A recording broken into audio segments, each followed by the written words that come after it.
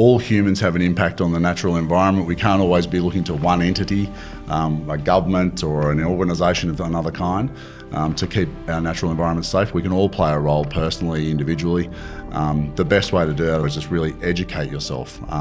Know what the rules are in your backyard. There are things we can all do, and in aggregate, they make a big difference.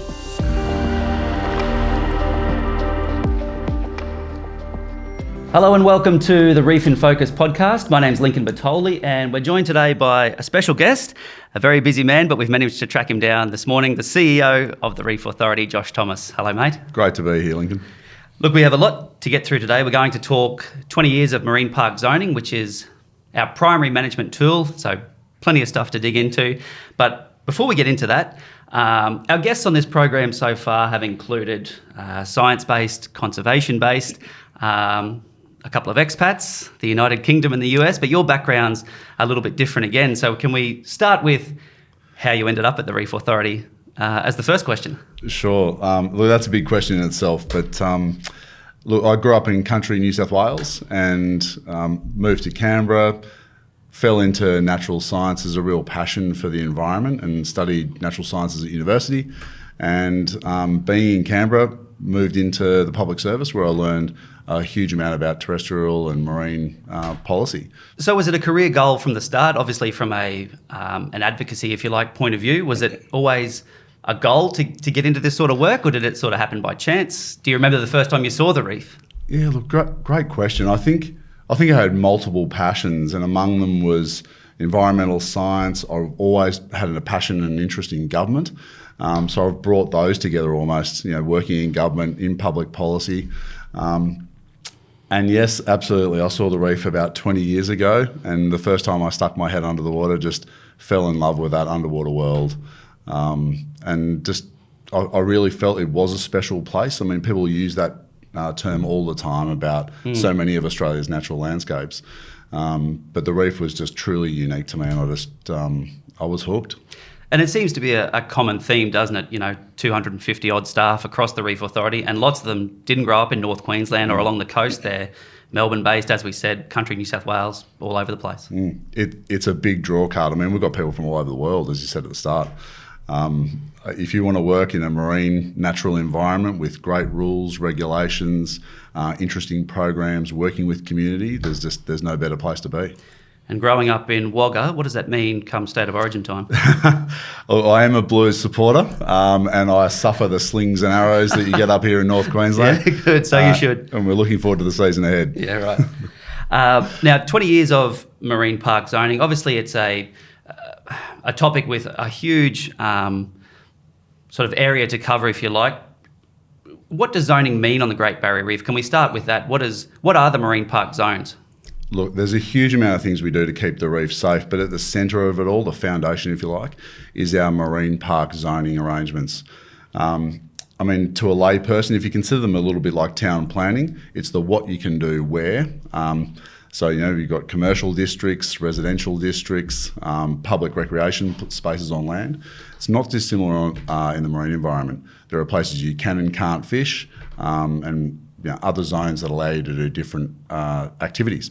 So there's a very prescribed set of rules against each of those, and we make sure that people are interacting with the marine park accordingly. So we describe it often as our insurance policy, as you said, but I guess when we're looking at zoning, we talk about the modern marine park zones being implemented 20 years ago, but there is a history before that, isn't there? Looking back to, say, the early 80s. There is. Look, Australia has this incredible legacy and performance track record, if you like, in how we protect the Great Barrier Reef. Back to 1981, we did have rules, zoning in place on the reef, but it wasn't until 2004 that we saw I think it was really quite a radical expansion of green zones, up to now 33% of the marine park being protected in no-take areas. So they're high conservation zones, no extractive activities permitted. And that's really a world-leading example of marine spatial planning right here on our back doorstep.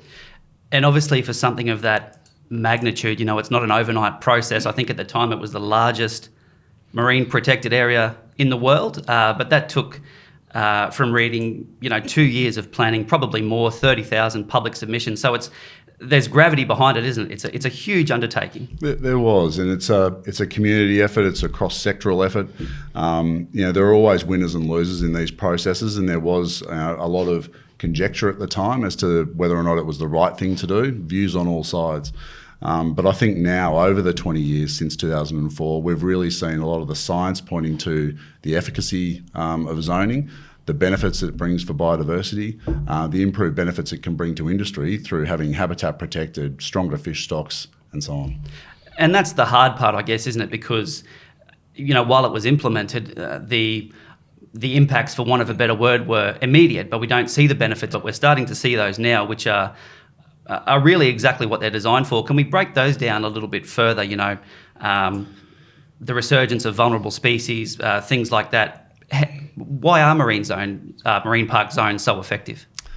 You're absolutely right. Look, anything in any natural environment takes time. It takes time to see results. You need to monitor through time to understand how the system's changing and what steps you might take differently to protect it.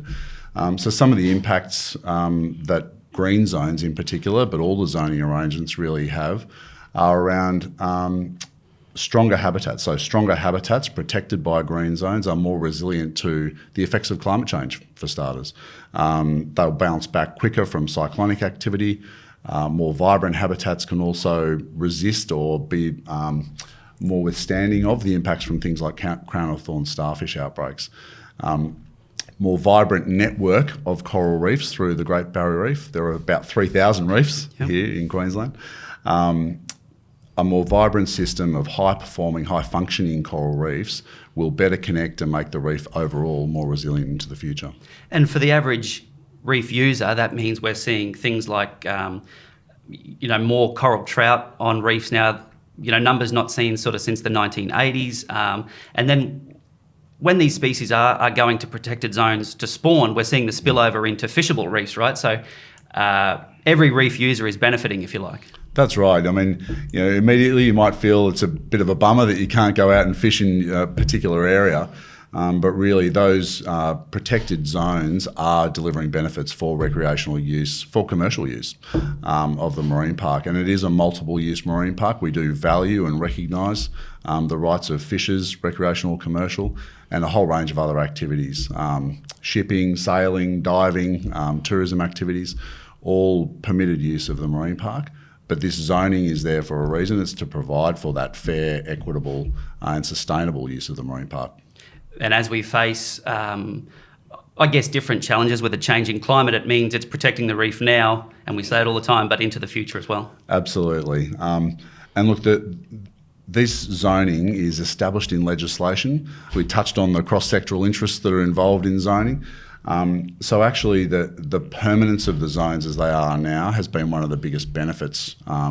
So long-standing green zones are more effective than temporary ones, for instance. And we certainly see them that well into the future they're going to be one of our best assets in managing some of these global effects from climate change. Yep. And so looking at the nuts and bolts of the marine park zones, who manages them? I know we talk about our partnerships across multiple industries with traditional owners, governments, science communities. Who manages our marine park zones, or is it a sort of concerted effort between these groups? It's a great question, and look, the Great Barrier Reef Marine Park Authority is the lead management agency for the Great Barrier Reef. That said, we can't do it alone, and I really want to recognise here our Queensland colleagues, State Government Queensland Parks and Wildlife Service, with whom we manage for the protection of the reef on the water.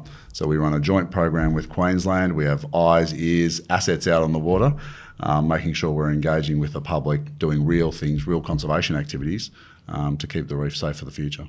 And in 2024 now, we're coming up to acknowledge, a significant milestone of the current iteration of marine park zoning, which is 2 decades, in the making. Absolutely. We're really looking forward to acknowledging that milestone throughout the year, reaffirming with community the benefits that zoning brings, and I think really recognising the huge contribution made by staff, present and past, civil society, keen sustainable fishing groups, mayoral districts and a whole range of other people besides that have really led us to where we are now, standing us in good stead for success in the future. And I guess if we touch on that or break that down a little bit further, the Reef Authority itself, we're coming up to 50 years and, across the entire breadth of the organisation, we have some incredible people doing incredible things, but we had staff that played a significant role in the development of these marine park zones, dating back to the first version, I guess, in the early 80s. Absolutely, and that huge amount of corporate knowledge is still here in Australia, if not in our organisation, and really leads Australia to have a fantastic reputation overseas. And look, one thing I did want to touch on was just how strong Australia's reputation is in environmental conservation on reefs internationally, and a large part of that's to do with the work we do here at the Reef Authority. I really want to talk about it with humility, but it is true to say that there are not many examples like you see here on the Great Barrier Reef internationally, with strong rule of law, strong resources, expert programs, and an aggregation of science that really is all coming together to keep a huge coral reef ecosystem well protected for the future. So what does that mean for the future? We have some significant roadmaps like our Blueprint 2030, which guides how we're addressing these challenges. What does the future hold for the Great Barrier Reef? Obviously, it's not a loaded question, but it's a broad question, isn't it, on how we manage the reef into the future? Absolutely. Look, we've got a great track record to date, but like all organisations that are passionate about what they do, we never sit idle. We're not sitting on our hands. We're always looking to transform our management of the Great Barrier Reef to make sure it's contemporary and forward-looking. The blueprint you mentioned is our roadmap for how we are going to, in an ever-increasing way, evolve our programs to be more climate focused, so making sure the reef is resilient to climate impacts in the future. A wonderful example that we're looking to share with the world, share with other jurisdictions here in Australia and abroad. One thing about zoning too, I think that's really interesting, is the Convention on Biological Diversity, International Convention about protected area management, is moving towards a 30 by 30 target, so 30% of marine and terrestrial habitats protected by 2030. We're already doing that here on the Great Barrier Reef, so I'm really keen for us to share our knowledge internationally, demonstrate the benefits, environmental, economic, social, cultural, of having protected areas in place. And from, I guess, a leadership point of view, it must be very humbling when you do talk to other marine park managers around the world, that they do look to us to see what we're doing and how we've been successful or managing these challenges. Absolutely. It is a humbling experience. Look, I've been in my role now for about 5 years and have just learned an incredible amount from our own staff. And when I see them showcasing what we do overseas, it's incredibly humbling, and Australians should be very proud of what we do here on the Great Barrier Reef. Looking to those partnerships a little bit further, I guess, talking to our compliance team, our field management team, we know that the vast majority of people using the reef are doing the right thing. There's a small majority that don't specifically know about zoning and what they should be doing, so it's a little bit more education, and a tiny majority that do the wrong thing. How do we not enforce that, but continue our education to make sure the future of the reef is in everyone's hands? Look, it's a great question, and that sort of goes to our regulatory responsibility. So we are marine scientists, we're marine educators, we share information about the reef, but we also regulate the reef. So the best thing people can do is really to inform themselves about responsible environmental practices and work in accordance with the marine park zoning. You're absolutely right, it's a very, very small majority that break the rules. Sometimes it's accidental, and we deal with those in a particular way. But other times it's deliberate, and that's a very serious offence. You're poaching from a World Heritage Area, and if you break the rules in the marine park, we will get you. Yep. We have an incredibly sophisticated compliance team. They work in close partnership with other agencies, Border Force, Maritime Safety Queensland, Queensland Police, to make sure that we're protecting the reef against the rules that exist. And we have a great track record of taking prosecutions through. So please don't break the rules. Work with the marine park. Let's keep it safe for everyone. Yep, words to live by. Absolutely. So to wrap up, I guess, the key theme from a lot of our chats with our Reef Authority colleagues is, it's too big for us to manage by ourselves, if you like, for want of a better word. The reef really is in everyone's hands, moving forward?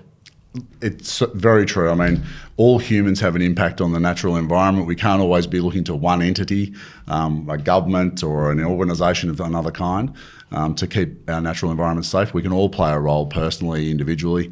The best way to do that, as I said before, is just really educate yourself. Know what the rules are in your backyard. Yep. Take little steps to recycle. Take little steps to only take what you need from the marine park when you go fishing.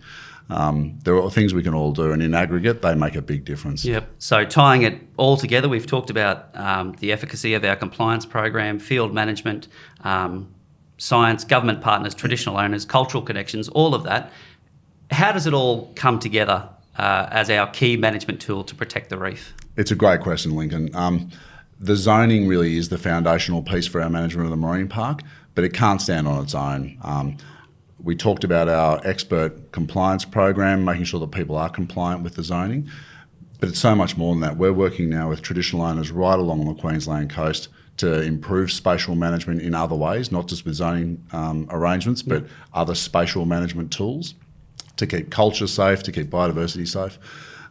We're working through our education and outreach programs to bring awareness to the wider community of the benefits, and not just environmental benefits. These really are social and economic benefits that come from these activities too.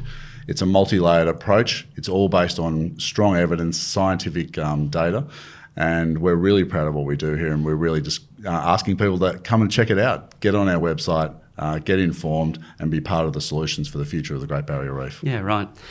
We really appreciate your time, Josh. We know you're very busy. We could sit here and talk about State of Origin all morning, but we might do that again come July, hopefully. That sounds great, mate. I should have said before, I really am a Blues supporter, but having lived in North Queensland here for a while, the Cowboys have got their hooks into me, so I'll be watching them keenly this season too. Yeah, no worries, mate. We've got that on camera too. That's right. Thanks very much for your time, mate. No worries at all. Cheers.